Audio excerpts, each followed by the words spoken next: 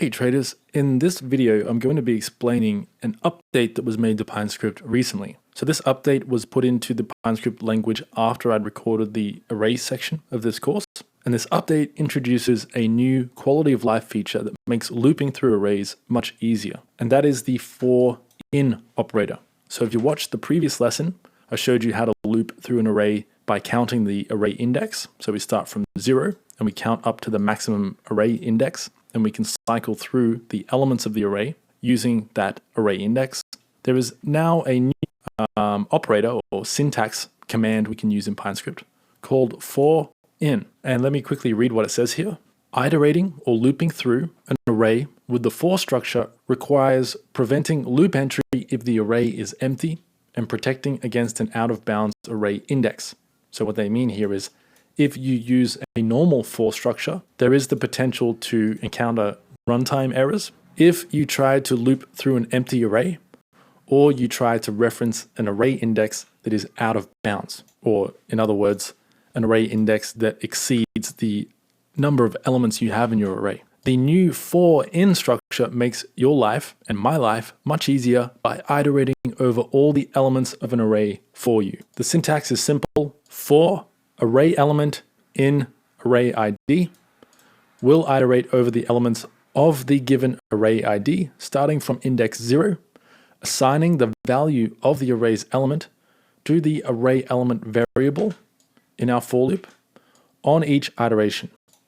No iteration or error will occur if the array is empty, and array elements can be added or removed in loop iterations. So in the script below, there's some example code.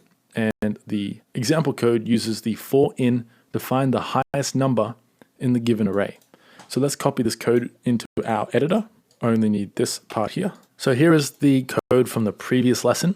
Notice that we had to use the for I equals 0, so our 0 array index. And then we had to count up to array size minus 1 because we start from 0. We had to subtract 1 from our array size so that we didn't get an array index out of bounds error. And then we could manipulate the array given the index value to reference each element in that array. Let me delete all of this and paste in the example code from the blog post, which I'll link to below, by the way. I'll also link to the video lesson breaking down all of the other features that this update brought to PineScript. But for now, here we have an array called A1. It's an integer array, and it just has a bunch of random numbers in it. Then we create a custom function here that takes an array input, an array ID input, and then this function calculates the highest number out of that array by using the for in operator or syntax.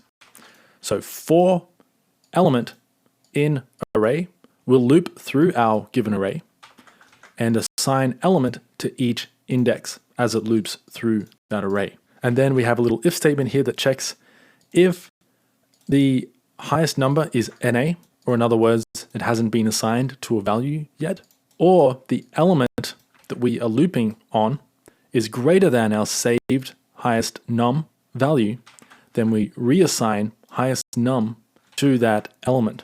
And then once we exit the for loop, so this is our for loop code here, once we exit this for loop, the function returns highest num, and then we plot that onto our chart. So if I save this code, this for loop should be plotting 8. There we go. And it was achieved much easier than using the for I equals 0 to array.size array minus 1, and then checking array.get array comma I. Copy that down there.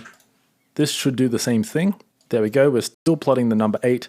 But this for loop structure is a lot more complicated than it needs to be now that we have the for element in array. This makes our lives a little bit easier, which is never a bad thing.